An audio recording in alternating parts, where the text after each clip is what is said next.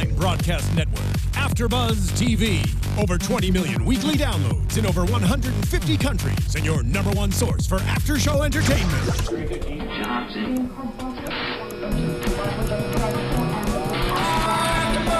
AFTERBUZZ TV, the destination for TV superfans, producing after shows for over 300 of your favorite TV shows, interviewing celebrities and showrunners, and bringing you behind-the-scenes exclusives. All thanks to E! Entertainment's Maria Menounos, producer Kevin Undergaro, and internet leader Akamai. Now, let the buzz begin! Hello, everybody, and welcome to another edition of The Walking Dead After Show here on AFTERBUZZ. You just love doing that. They really do. Walker's typing on a computer. That's what you're doing. It's just a ritual. That's your impersonation of a Walker typing. A Walker with an office job. I can't stand to do like a shoulder, shoulder thing that they got going. Oh, like the dragging. Yeah, the dragging of the shoulder. I can't do anyway, that. welcome to the show. Dave Klein is out again for this week, but he should be back next week. I am your host, your lead host for today, Nando Velasquez, and across from me, let's start across with Mr. Office Walker. Office Walker. Yes, yeah. I am the Office Walker. Hi, I'm Derrial Christon. How you guys doing? And I'm Joyce, and you guys can find me on Twitter at JAJOURI. Yeah, what can we find you on Twitter, Derrial? You can find me at my name, Derrial Christon, on Twitter, Instagram, and Facebook, and on our sister site, Black Hollywood Live. And when you type to him, please type. And when you type Twitter, like this. type like this. Yes, except do it really slow. With Really the music slow. in the background. Yeah, with the music in the background. Da-da-da-da-da. And joining us again for week number two, Two in a Mr. row. John Carle. Hi, and at the John Carle on Twitter. We had it wrong last week. We apparently had it wrong on the lower thirds for those of you tuning in on YouTube or on AfterBuzzTV.com. Yep.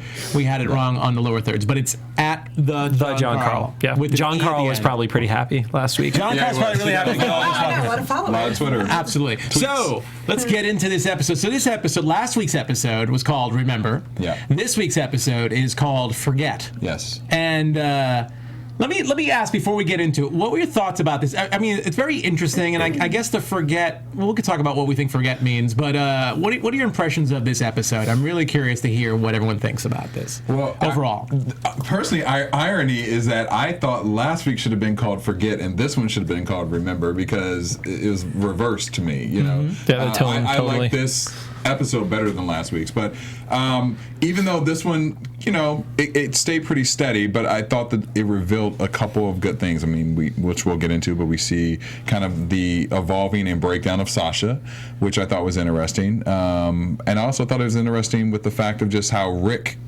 just kind of changed Rick and Daryl seemed to change their viewpoint about this community, and I think that's pretty interesting as well. Yeah. I know you said let's forget about what forget means, but I'm just going to say I think the title of the episode kind of went along with how, like Rick was in the party and he was looking around, and I think it was a moment for him to forget about what they were dealing with outside of those walls, and just sort of just forgetting about all the crap they have to deal with if they're outside. And even I forgot who said it in the episode today, but they were like, in here isn't so bad, and I think it was Abraham who said that, or I don't know. No, Rick said Rick that. said it. Rick said it to Jesse. He was like, said it to in Jesse. here isn't so bad. So I think this episode was just them sort of getting used to, or finally sort of relaxing and just forgetting about everything that Yeah, and they remember. I think when you get to that, the super awkward cocktail party, It's so awkward. Sasha's breakdown. I mean, that was people weren't just forgetting, to stay vigilant and stuff like that. There are people who forgot that the outside world was what it was at that point. And that was like totally what I got out of the title is, that's what you're worried about. And it's like, the world is garbage outside these walls right now. Yeah, I kind of agree with you. I think the forget really was for the people living in Alexandria for the most part. That they already have forgotten. They've already forgotten, or they're dealing to forget. They're just trying to put everything out of their minds.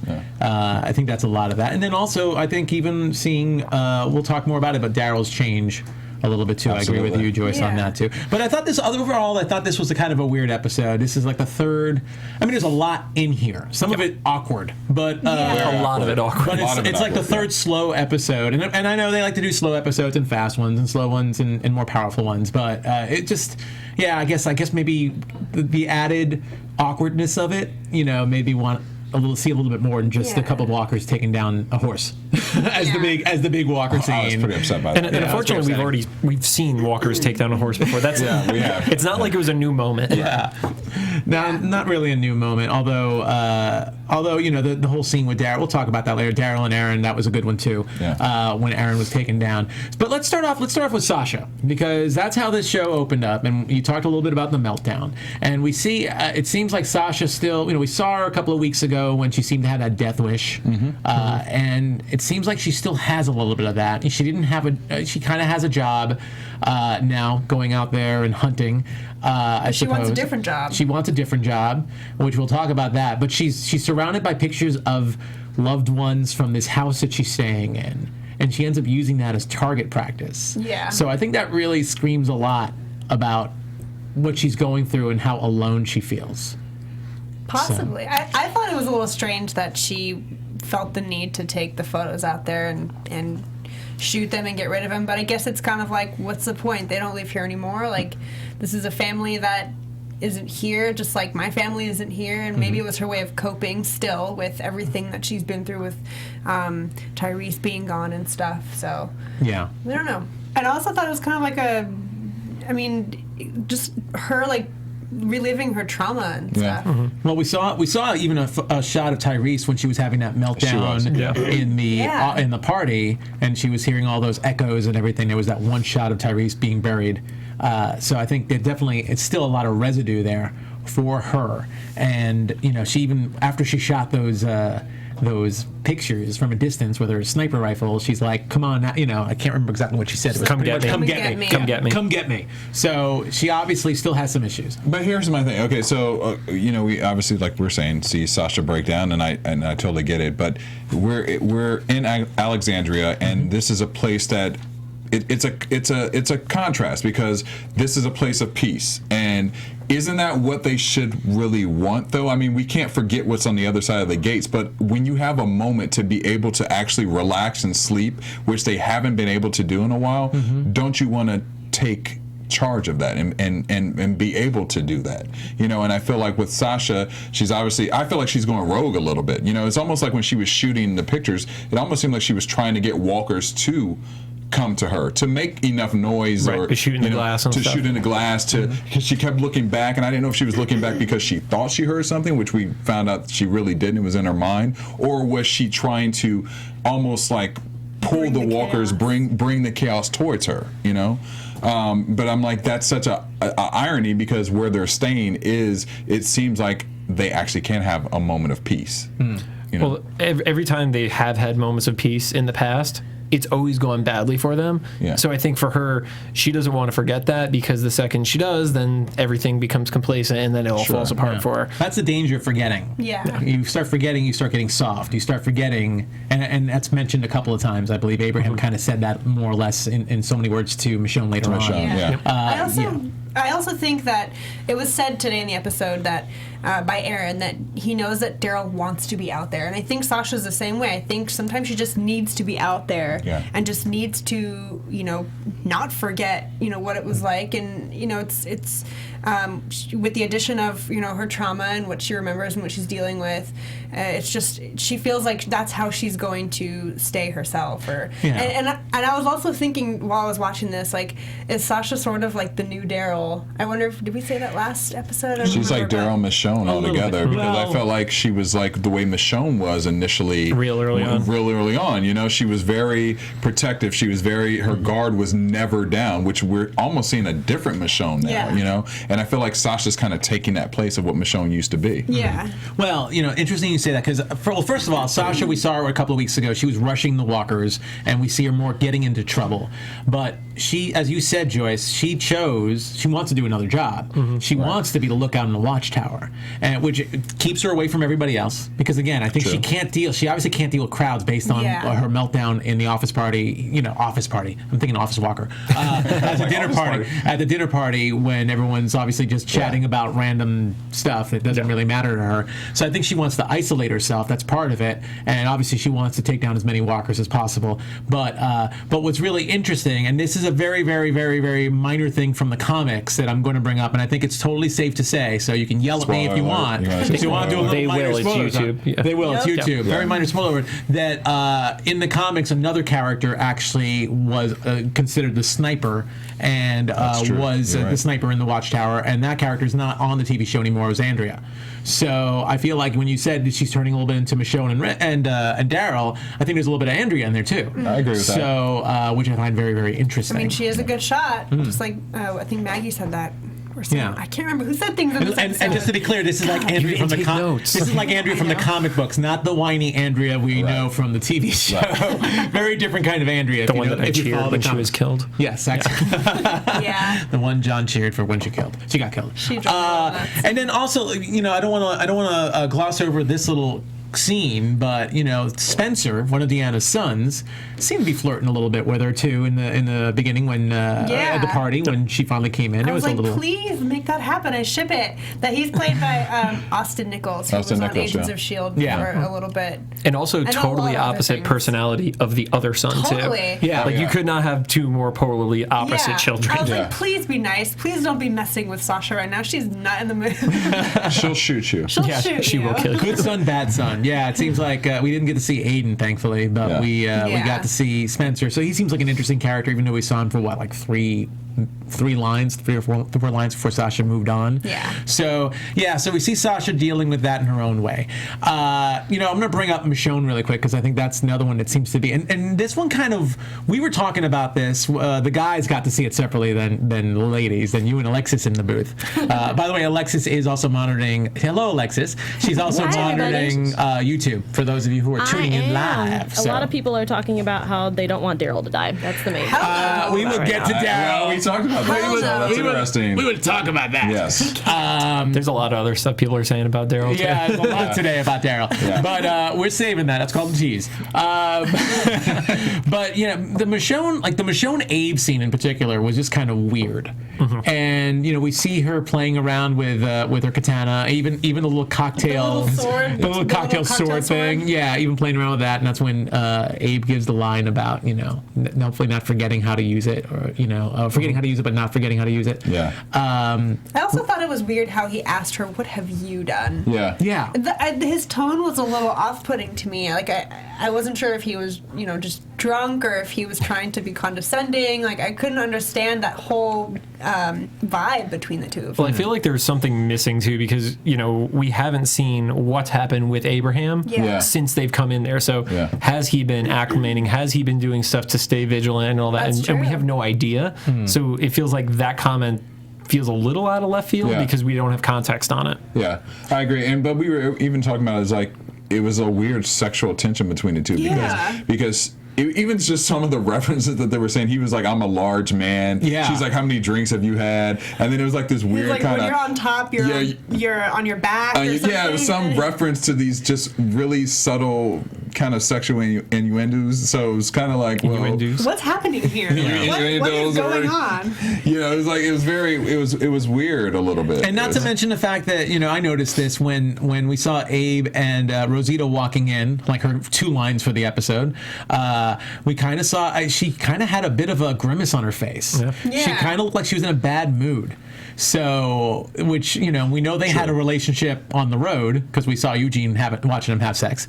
But so that also kind of adds to what's going on with Abe. Is he looking elsewhere? Well, Is there I something wonder- up with him and Rosita? I wonder if that was their brief way of showing us just Rosita's attitude so far. Like with Abraham, we haven't seen what she's been going through necessarily since coming here. So maybe it was just their way of being like, okay, well, she's also a little hesitant and a little weary. Yeah. But maybe something happened between her and Abe after the whole Eugene thing. So Can we just go back to the point that when we were watching that I made, there's so much booze left over right now, and as far into this apocalypse of zombies and walkers and stuff like that, there is so much booze left, and they're drinking a lot of it. It's a good thing Bob's not around anymore because that would have been gone in a day or two. But still, if I was going through that supply for myself would have been gone in like 3 weeks. Well, I would assume Deanna being a not the politician. Yeah, no, the chocolate's okay. I would assume Deanna being a politician knows the value of having some good liquor for negotiations, for the right moments. So I think she shows a lot more willpower than the normal True. person would. That's my guess. Either that, or it's probably super watered down at this point because they're just trying to save it for as long as possible. It's like when you're 16 and you're going into your parents' liquor cabinet. You're like, it's like, vodka and water. That's the same thing. Nobody will ever notice. Yeah, right. So very interesting. But anyway, so a little oddness with Michonne, and also that windbreaker she got the uniform on, which was really and weird. She customized her own, by the way. I guess she cut that. I guess she sliced it and tied it together. That was like that's a nice trendy jacket. She's got it's like a nice yellow stripe in the back. That was kind of weird. She still gave it the Michonne flavor. Yeah. But I thought that was kind of an interesting uniform for her because I guess she's kind of a non-conformist like Daryl, for example. Seeing Daryl in a uniform would be really freaky, and I think Michonne's kind of like that too. Yeah, she had the tie on and everything. Yeah. She just went for it. I think it was really weird for her, but I think I mentioned this last week where I think she really wants to try and make this work, and she'll do anything, even following the rules and doing her job perfectly and hanging up her katana.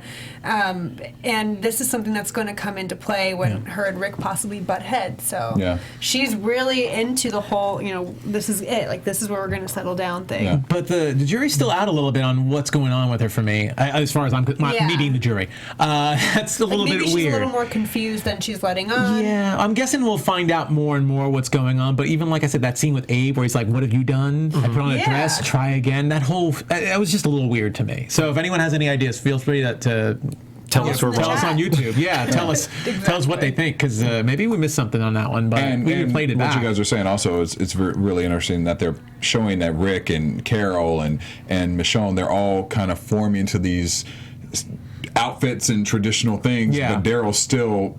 He's still like the wild card. He's not putting on a facade for anybody. Well, let's talk about the trio because first of all, I'm surprised that Michonne's not in on this little group meeting that was at the beginning of the show between Rick, Carle, and Daryl outside, and obviously they're having a plan to open up the armory, break into the armory. Carle being invisible. I love her line. I get to be invisible again. Yeah. So she gets to be invisible and leave the door unlocked and then or the window unlocked, and they get to sneak in and take some guns. And Daryl's in on this plan, which I think is also kind of interesting considering he's the one that's not really conforming to Alexandra. He's the one that's being watched all the time, as Rick says later on, because of the way he's acting. Yeah. So, very interesting. So they have this little trio. They're obviously vigilant, and they're being cautious, and they're being careful. And again, the three of them are it's great because if this was like the game of Survivor, the TV show, it's not obvious they're in an alliance. Mm-hmm. Yeah. They've positioned themselves in three different areas, which is great. They all know each other, but they're not buddy unless they're outside the wall. Yeah. Well, it actually makes sense that Michonne isn't in that group to me because, as much as Rick and Carle and Daryl all trust her, they know she's the one that pushed so hard a few episodes ago to actually come to Alexandria. That's true. And she's not about to mess that up by breaking away from the rule that she and then getting kicked out or something. Getting kicked out, exactly. And she's already kind of butted heads with Rick on some of these things. I think so a little bit, probably better that Rick keeps her out of the brain trust right there between those three. Yeah. So we have that, and then when the group splits up, Daryl ends up meeting up with Aaron. So let's get into this because there's a lot here, and there's a lot that's been talked about, and we haven't really touched upon some of the stuff from the past year, all the rumors and everything. But I was looking at a lot of news stories today when the East Coast feed came out, even beforehand, just talking about this. And Daryl was on Conan this week, also even talking about this whole thing. Because here we go, Aaron, who we talked about, is the first male gay character, not the first gay character, because Tara is, as people corrected me when I said that a couple of weeks ago. Thank you very much. Oh, yeah. And we've seen so little of Tara. I know. I forgot her backstory. Yeah, I know. That's partly why I think I forgot myself. And anyway, so we see Aaron, who they were announcing as the first male gay character. But there have been all these rumors in the past year or so that Daryl, we haven't seen any interest, male or female, from Daryl. And there was a rumor that Daryl was actually gay. Right. And as this episode, as people were finding out what this episode was about and the fact that he was going to spend all this time with Aaron, these rumors this week have totally skyrocketed back up. Yeah. So, very interesting pairing. What do you guys think about what do you think about the whole Aaron-Daryl part of this episode? Well, I like their friendship, or their forming friendship, because like Aaron said, just like you, I was, watched or looked at differently, or people weren't feared. Exactly. Flat out feared. That's what he was saying. He was saying he was feared, and people feared him. Different people feared him for, different reasons, or I can't remember exactly what he said. But they were still scared regardless. They were still scared, and it was coming from the nicest people that you wouldn't expect that kind of attitude from. So that's kind of like Daryl, and that ties in with what he said to Daryl, like, you're the person that could see the difference between good people and bad people. I kind of like their friendship forming, and like I was telling you guys before, there were rumors last year about people thinking that Daryl was going to be the gay character on the show when they were announcing that there was going to be one. Yeah. But it turns out it's Aaron, and I like how their dinner together, the three of them, was probably the writer's nod to like, hey, we heard your guys' rumors. We're gonna put that's what I felt like. Daryl into this scene with you. So it's like.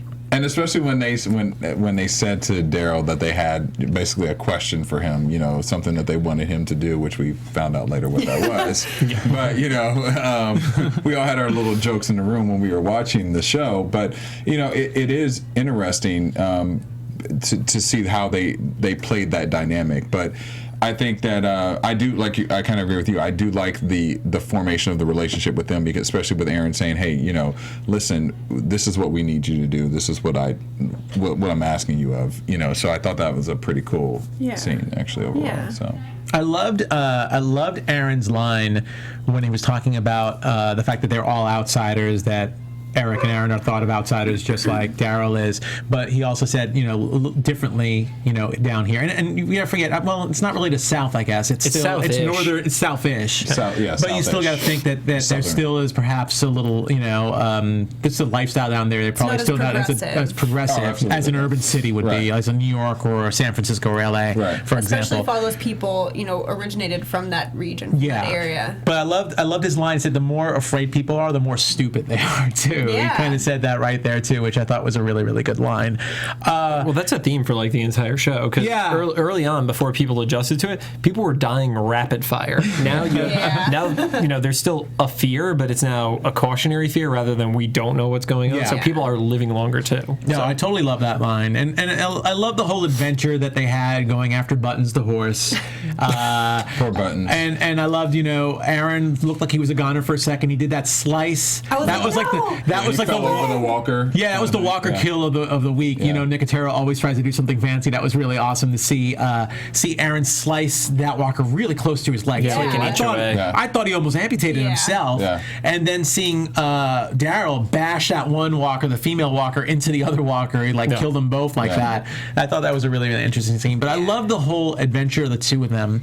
But I think for me, a lot of it, I think ultimately what it comes down to is Daryl's just, he's like the redneck, and if anything, rednecks not necessarily are usually thought of as closed-minded. So I just think it's just the opposites of Daryl especially when they were at dinner. I thought that was a really, really big scene. Seeing Daryl just eating with his hands, just like all unkept, chowing down. And Eric, you see him correct himself though, because at first he wiped it with his mouth, and then he thought about it, and then he picked up a napkin to wipe his mouth right after. I totally missed that. Yeah, that's what's cool, because we saw the difference of Daryl and Merle. Merle was so opposite from Daryl, but Daryl seems like he still has some kind of couth about him, you know what I mean? Yeah. Like he really does, like he still is trying to figure it all out, and he's not trying to fall into the total redneckness that he is, I'm glad to see their relationship forming, like we've been saying before, and to see that they have some sort of commonality. Like I would never expect Aaron and Daryl to be the two to become, better friends than he would be with anybody else right now in this. And I don't think Aaron. I think Aaron has a great relationship with Eric. We commented on that when we saw them for the first time, and I can't see Aaron really breaking that relationship to be with Daryl. And we joked about a menage a trois, but I don't see that happening. We're gonna get some. If anything, from me saying that, there's people in the chat roll that are thinking that'd be really funny if they that there's going to be a threesome between Aaron, Eric, and Daryl. We joked about it ourselves. Yeah, no, people in the I chat, have to Beth say, brought it up. it's a great it's such a good possibility, but I would still be surprised if it actually happened. Yeah. But it would be a hell of a twist. I do have to give credit to my buddy Jonathan London from Geekscape, who said if that actually happens, that Daryl comes out as gay, there are going to be so many angry people that go to Hot Topic just because of that. Absolutely. I got to give John credit for that. Yeah, I love Jonathan. And I just got to throw this in. I was really disappointed the only disappointment I had was the horse dying and the walkers pulling out the guts so quickly. Because it was like 2 bites, and all of a sudden you saw them ripping out the intestines of the horse. I'm like, I don't know if that's realistic. I was thinking that too. And horses got some tough meat on them. Well, You wouldn't have been able to pull out the horse from the first season, it took them a while to rip that thing It apart. seemed like it took them a while. Yeah. Are they This one trying was to like show 2 us- bites. It was. Are they trying to show us that they're getting stronger, or that maybe they're evolving somehow? Because I think they just rushed a scene, to be honest. I think they rushed a scene. It's so easy to break their arm or to bash their head in with your foot, and then to have their teeth withstand horse flesh. I was like, what? I'm willing to dismiss that a little bit. Maybe they're just extra hungry or something. But I will say this about Buttons that I thought was interesting. Buttons was pretty damn meaty. He was a pretty healthy horse. Yeah, he was a healthy horse. Considering how long He they've had been the out whole there. field to himself. Yeah, there's lots of stuff for a to eat out there. I guess that's true, but I just thought he was just, I mean, but literally, we saw the walker go down, and 2 seconds later, the walker was pulling out his intestines. I was like, that's some hell of a bite right there. That's all I got to say. Yeah. So let's talk about the gift that that Aaron pretty much gave Daryl, showing him all the motorcycle equipment and saying he told Deanna not to give him a job. He's the reason why Daryl didn't know what job he had yet, because Aaron wanted to be the one to tell him, because he wants Aaron to be his second. Daryl to be his second. Daryl to be his second out in the field when they are recruiting, because Daryl knows how to handle himself a lot better than Eric does, as we saw. Eric doesn't seem like he's really can handle himself out there in the world, and also because Daryl can tell the difference between good people and bad people. Yeah. But that also tied into the seclusion that happens within that community, because you notice that those two were not at the cocktail party. So that's probably why when one was chosen to go out to find people, the other just by default became his partner. Now if you have a third outsider that's in there, you could get somebody who's more qualified, and the other guy's going to be home by himself probably, but at least they have a better shot of not getting killed for it. Yeah, that's a good point. And anyone would want Daryl on their side. Yeah. Doing anything. But I think that was a big show of faith, considering last week we saw how outside Daryl felt from everybody. And to see, him bonding with Aaron and get that, I thought it was a big gift to Daryl. And we saw that he changed at the end of the episode when he met up again with Carle and Rick. And he changed his mind about the guns. He said he didn't need them. And he seemed to soften about that. No, you're right. Yeah. So I think that says a lot about Daryl. He's not going to shave anytime soon, or shower maybe, but not at all. But or change any way how he looks. No cardigan sweaters. That'd be really awesome to see him try and assimilate. No. But I don't think I mean. I didn't really have news and gossip for today. I was just going to say, check the Conan interview out, because he talks about the whole gay rumor and says about how some guys are kind of awkwardly talking to him about it, and the women are like, I hope you're not. But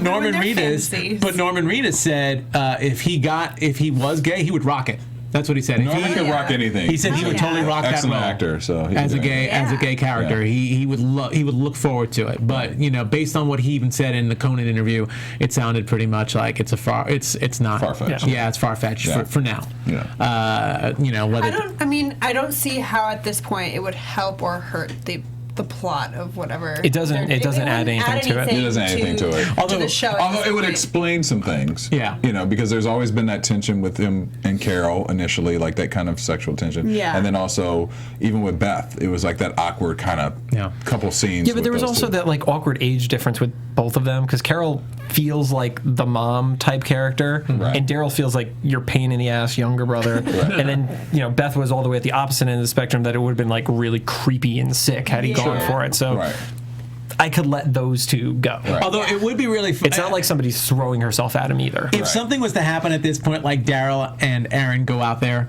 recruiting people and they end up falling in love, it would be so Brokeback Mountain. It would just be ridiculous. No, there are no It'd be horses so left, weird. though. That's no horses. Yeah. So forget that. No horses. Forget that. Good point, John. We'll talk more about. I know there's more to talk about with Daryl based on what Alexis already said. We'll talk about that a little bit later, closer to predictions. But let's talk about the welcome dinner that Deanna set up. We talked a little bit about it already in relationship to Sasha's meltdown, to Michonne, but this was Deanna's opportunity to have everybody, except for Daryl, everybody, and Gabriel. and Gabriel. Oh yeah, we didn't see Gabriel at all. Eugene. And Eugene. And also with the kids, Carle was there with the kids, but Enid wasn't there. Yeah. Yeah, And that it stood wasn't out to at me. all. Enid was not there. Well, we didn't get to see the whole, it's chances are they were still in there, but they just for some reason didn't get screen time or they got cut on the cutting room floor or whatever. So we can assume they were possibly there. They didn't want to pay for her to be on set that day. We just know who wasn't there based on the shots that we saw who wasn't there, which is Daryl, Aaron, and Eric. Right. But anyway, so yeah, Deanna's throwing this dinner. And obviously, they're all talking up Rick. Deanna's husband's totally, boosting Rick's ego. And this is also the opportunity for Carle to eventually sneak out. We'll talk more about her sneaking out to the armory. So very interesting dinner. Yeah. It's obviously it's very society, like a society type of thing. Yeah. They had the good liquor out and cookies and all sorts of stuff going on. She apparently didn't make enough of them, though. She apparently Clearly didn't make enough of them. But also, Rick gets to formally meet Jesse's husband, Pete. Mr. Dark Smoker guy from last week. Yeah. It was so weird Reminded to me see of the X-Files. contrast of his attitude. If anyone's an X-Files fan, Yep. Yeah, The smoking man. Yeah, the smoking man. It was a really interesting, different dynamic from last week. It's like he didn't even act like he remembers seeing Rick before. Yeah. I don't know. He turned on the drop of a dime right at the end of that interaction, he though. did That's with true. her. He did with her. But not towards Rick. Yeah. I didn't see anything like that coming from him. But I thought that interaction was so bizarre. And I was reading an article last week after last week's episode. Mm-hmm. They had a couple more scenes last week with Jesse's husband on the porch that they cut out. Mm-hmm. So I wonder if there was anything that we were supposed to see initially that we didn't in terms of their interaction while Rick was walking past him. But yeah, I just thought their interaction today was so bizarre. Yeah, it was very, and he seemed really friendly, and we found out that he is the doctor. Yep. For Alexandria. Yeah. Yep. And, what I thought was really interesting was the whole time that we met Pete with Jesse. Jesse had her arms in a very closed position, closed off. Very closed. And when he left, he kind of did this, I can't remember exactly what it was, but there was this move that he did that I think kind of for a second I could tell Jesse shrugged it off. He stepped in to grab the glass from Rick. That was what stood out to me. Is you can easily say, give me your glass, I'll take it. Yeah. But he stepped in and he got in there really close on him for that one. Establishing his dominance. Yeah, it was a total alpha male at the bar it was. move. He's like, I got this. I will get the refills. Yeah. Yeah. I thought that was, Well, that definitely didn't work to his advantage in the end. So. No? Well, he doesn't know yet.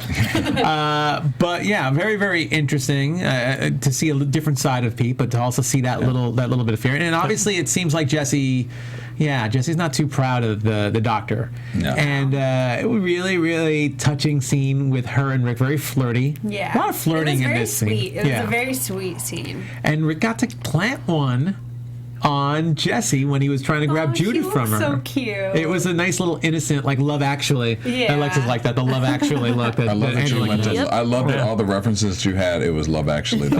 I wouldn't have expected that from you, Nando. That was great. I got like a heart. that. I appreciate got a that. heart, man. You're a sensitive guy. I like that. I have a sensitive side. I love seeing the side of Rick come out. I mean, I didn't even see it with Lori just because they were in the thick of everything in the beginning of the show. She also cheated on him, to be She fair. also cheated on him.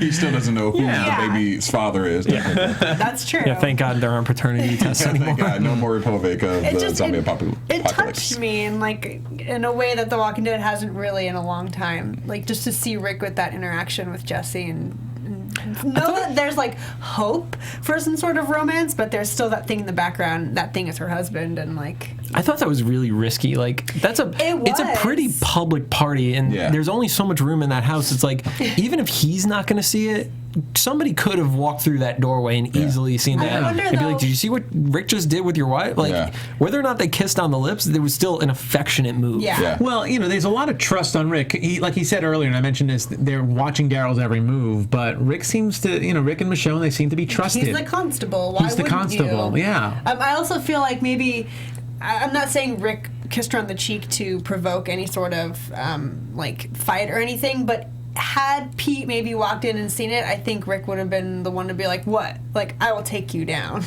Possibly, because Rick kind of has a little bit of that I mean, attitude we saw going that on. in the end a little bit. Yeah. Well, I also find it interesting too. It's like, I mean, yes, like the women in his group, right? We haven't really seen Rick go for the women in his group, but yet he comes to this Alexandria where maybe it's because she symbolizes some type of normalcy, but he seems to let his guard down and go in for her, but yet he hasn't tried anything with any of the women in his group, and there's plenty of needs during the zombie apocalypse that are going You're having on. a hard time with that I'm having a word hard today. time with zombie apocalypse today. What the hell's going on? We kind of thought But, we you saw a know, relationship brewing with him and Michonne a little bit, starting to. But still, it didn't go to any realm. Right, but there's also every single other one of the girls, aside from like Rosita, at least had some sort of interaction with his wife. So it would be weird jumping from one to the other. Tara. This is yeah. But this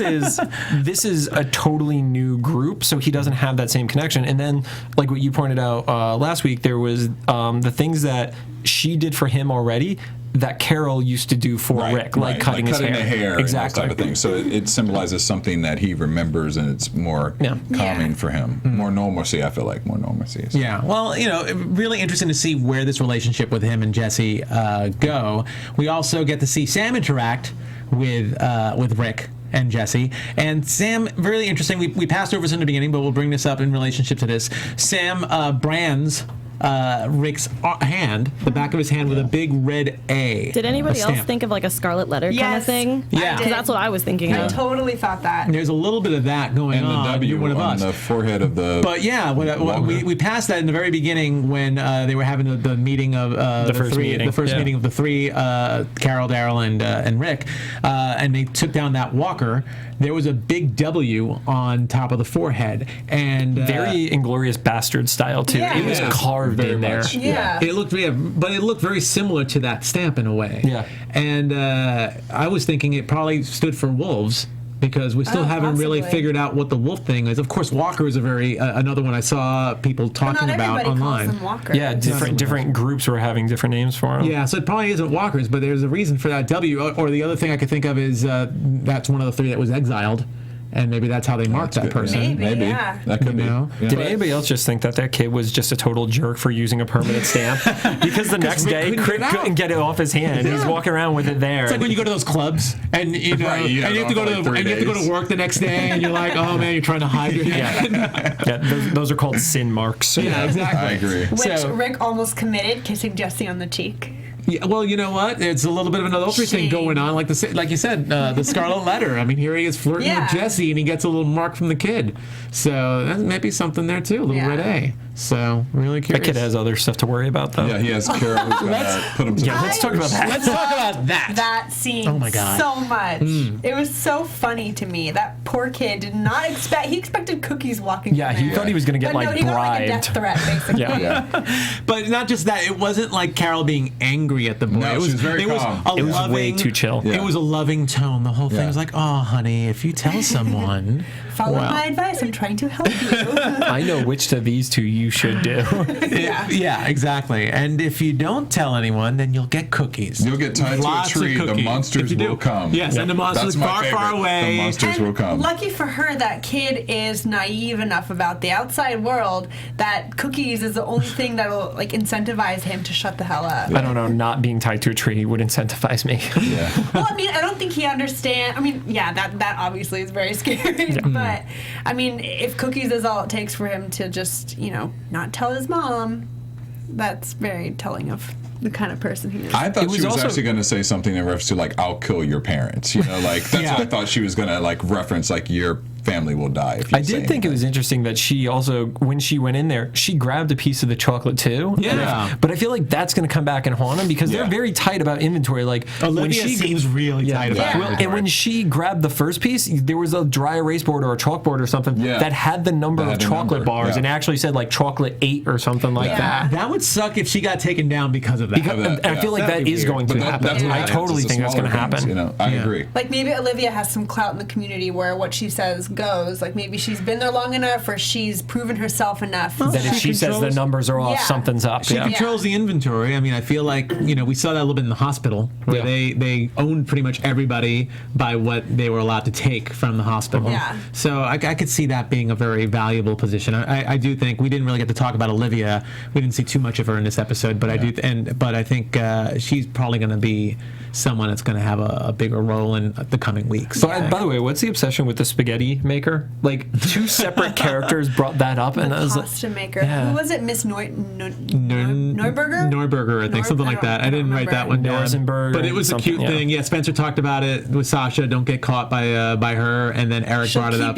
She'll keep you in conversation about a pasta And we have all maker. this dried pasta that we can use, but she wants to make her own. it's not even an Italian last name. Come on, Not at all. that bothers She me wants being to half be Italian. cheerful? I don't know. That's a little odd. So I'm trying to think.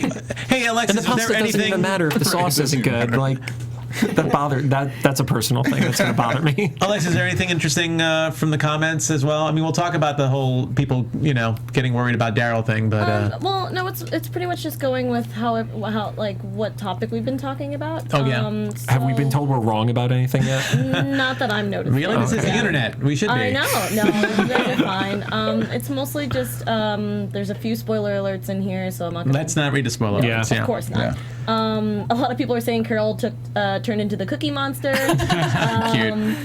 I don't know. That's pretty good. It's pretty much the same, and they're talking Somebody about the please wolf have that stuff meme already. and their predictions for what the W stands for. Awesome. All right. Well, cool. we do have the Easter egg at the end that we spotted. Yeah. So let's talk a little bit about that because that was a really weird song at the very end, Yeah, and the that Bee whole little Gees. scene with Rick, and the Walker on the other side of the wall. Like That almost was touching cool. hands. That was kind of too. touching. It was almost like a lovey type thing. was. And the lyrics, I didn't write down the lyrics, but the name of the song at the very end was Spicks and Specks. Spicks and Specks, Which is a Puerto yeah. Rican I find that oddly offensive, even though it wasn't that kind of Spicks. Specs is a Yeah, or hugely specs. offensive word. Yes, Specks is a very offensive word. Yeah. And the lyrics were something like the sun won't shine, we'll be dead, or something. Looking for the Where's girl. the sun that's shown in my head? It is dead. It is dead.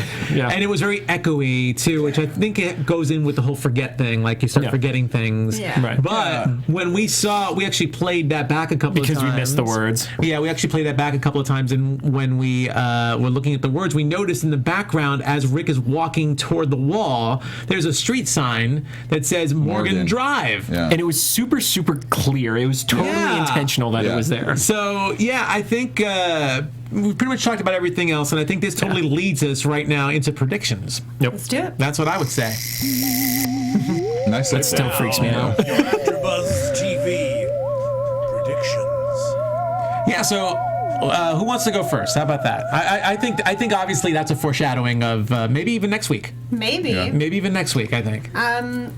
I think the wall's going to play a bigger role. I know that Yep. sounds kind of weird, but we met Reg, we met Deanna's husband, who we were wondering if he was still alive or not last week.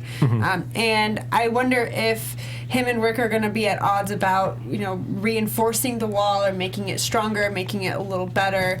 I know that Reg said it's just a wall. Like, maybe it's not as secure as he's leading everyone to Well, the believe. support. Rick talked about the support Yeah. beams, and there were a lot of comments on YouTube last week on our show about the support beams, seeing Enid walking, going up. It's so easy to very get in. Like easy. it's actually one of the worst walls you could have for non-walkers because you're giving them tons and tons of climbing material. Yeah. It's actually easier to get in than it is to get out. And I think people in this community don't understand that people are the real threats right now. Like, Yeah, they have no idea. they have no idea. Rick keeps And reminding them. Deanna's kind of in denial about it, and I'm sure Reg is probably not even thinking about it.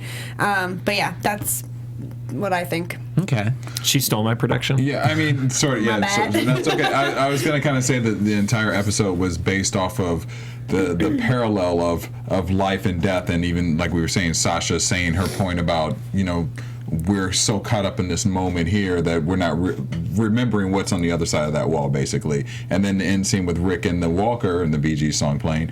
I feel like that's going to play a heavy part in the next week, and we're going to have some Walkers that come through that wall, and I think that we're going to lose Eugene. That's what I think. Oh, okay, interesting. No, Alex, she literally stole my prediction. I don't have anything else to add. Let me throw this. Sounds like I have nothing. Let me throw this on the table. We don't have much time, but I want to definitely throw this because there's been a lot of talk recently about Daryl. And Norman Reed has also been interviewed this week. He's been in LA doing interviews, and he said some stuff about somebody in Alexandria doesn't seem, it doesn't appear what they seem to be. And he was on Entertainment Tonight. Someone asked about the finale, and he said it's going to be, you're going to cry your eyes off, and you're going to be yelling at your TV. Oh, good. So there's a lot of rumors right now about Daryl. So Daryl dies, we I riot. think we're going to Do we riot? I don't think Do we Daryl's going to be riot? next week, though. Okay. No, I could see Daryl leaving, and then he's some sort of the tie-in to the spin-off show or something like that. But Yeah. they cannot kill that character off. Yeah, I would hate to see that, but It's I like definitely killing Captain America. I definitely feel like Seriously. there's a Yeah, but they like killing off major players. yeah, so. and it's been a while since they killed but off it's not a Game of major Major player. But it's not Game of Thrones. They're not going to kill No. the one They you don't can't suspect. Game of Thrones us. They can't. Okay. Well, Alexis, what was that you said there? I couldn't. Sorry, get it was predictions in the chat roll, just to say it before we leave. Yeah, sure. A lot of people are saying that it's not a W, it's an M for Morgan. And I completely agree that maybe that's what's going to happen. Maybe they're branding their zombie, Because the I have to walkers. look at that again. Maybe it was upside down. No, when we say it the would've been W? upside No. down. I mean, I don't know. That's what a lot of people are saying. I mean, if Whatever. Okay. if the Walker's vertical, that was definitely a W. So unless he's Yeah. carving it inverted, that'd just be really weird. That's just what everyone's saying. They're just saying Morgan is always looming. That's what they're. That's But that can make what it sense, is. though. Especially considering the Morgan Drive thing at the end Yeah. too. That could be Yeah. another That could little be sign it. of that. Yeah. But I feel like there's an association between that and the A too. That's just weird. Yeah, it was too so close. similar. Yeah. But I like that. Thank you guys And for we saying that. have to acknowledge the 3 cuss words for the. Yep. This is the most cuss words I feel like they've had on the episode. And two were BSs. Yeah, and they don't usually say BS. And one shits. Guys, See, you got to get it out there. guys, right before we Add go. the Z to it to make it sound better. Right before we sign off, I didn't get to mention iTunes and YouTube. Please comment on YouTube. Subscribe We'd love on to YouTube. Subscribe on YouTube. Comment on YouTube. We'd love to see your comments. Push that like button. We get a lot. Yeah, push the like button. We get we get dislikes sometimes even before we start the show. I'm wondering why, but whatever. we're late. There's a lot. Maybe because we're late. But yeah, we really want to hear the positive comments, man. In particular, if you really like the show, let us know. Don't just assume we know that, because then the negative people win. And on iTunes as well. Please rate us. Give us. We'd love to get 5 stars if you really like us. Yeah, give Reviews, us that. too. Positive reviews. Positive Yeah. reviews. We'd love to Yeah. read that stuff. Yep. And and then we're on SoundCloud too. We're on a bunch of stuff. And of course there are 97 shows. I think over 97 now on AfterBuzz. So feel free to tune in all those while you're So many. listening to Walking Yep. Dead. Guys, where can we find you on social media during the week? At Derrial Christon on Instagram, Twitter, and Facebook. That's DerrialChriston. And find me at Black Hollywood Live as well. Cool. You guys can find me on Twitter and Instagram at JAJOURI, on the Agents of S.H.I.E.L.D. Tuesday night podcast, and Shameless on Sunday nights, and Gotham on Monday nights. At the John Carle on Twitter and Instagram, TheJohnccarle, and of course my YouTube channel is Whiskey and Waffles. Nice. And you can find me on Twitter and Instagram at Nandovel, NANDOVEL. You can find me here on AfterBuzz on a bunch of shows, and I'm not going to say them all because then people are like, you do too many shows. And also, hey, you know what? We're kicking you off next week. You're kicking me off? Sorry. Oh, okay. I'm running the LA Marathon this Sunday, Oh, a week from awesome. so I'm going to bring the medal in, hopefully, if I make it. So I'll That's be able to amazing. outrun walkers for 26 miles. But you know what? Tweet at me on I'd Sunday. still be running. Tweet at me, Instagram, whatever. Give me some props. I'm going to talk about it and I'll bring the medal in Good next luck, week. Nando. Yeah, So I you'll hope still be here with us. if I can walk after that. Yes, I will. You're a walker, man. Anyway, guys, thank you. I'm a walker, apparently. Daryl's impression I of refuse walkers. to do that. Guys, thanks so much for One tuning in. day. Tune in next week for another episode. day, And Jeff. Dave Klein will be back too. Thank you so much, guys. Bye. Bye. From executive producers Maria Menounos, Kevin Undergaro, Phil Svitek, and the entire AfterBuzz TV staff, we would like to thank you for listening to the AfterBuzz TV network. To watch or listen to other after shows and post comments or questions, be sure to visit AfterBuzzTV.com. I'm Sir Richard Wentworth, and this has been a presentation of AfterBuzz TV. Buzz you later. The views expressed herein are those of the hosts only and do not necessarily reflect the views of AfterBuzz TV or its owners or principals.